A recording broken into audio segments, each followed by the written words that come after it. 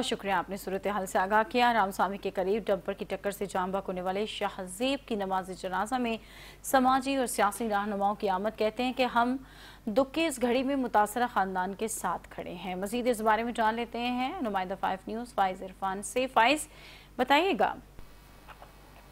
जी बिल्कुल, कराची के इलाके गार्डन में गुज़िश्ता रात मुगैया डंपर की जद में आकर जान की बाजी हारने वाले शाहज़ेब जनाजा में सियासी और समाजी रहनुमाओं ने शिरकत की, जिसको सियासी रहनुमाओं ने गहरे दुख का इजहार करते हुए कहा कि इस दुख की घड़ी में हम आवाम के साथ हैं। डंपर की जद में आकर नौजवान, बूढ़े, बच्चे रोज के मामूल में जान की बाजी हार रहे हैं। ये सब कब तक चलता रहेगा? उनका मजीद कहना है कि खानदान की माली मामूलियत की जाए और ऐसे वाकयात में सख्त एक्शन लिया जाए, वरना हालात नासाज हो जाएंगे। जी बिल्कुल, ठीक है, बहुत शुक्रिया अपडेट करने के लिए।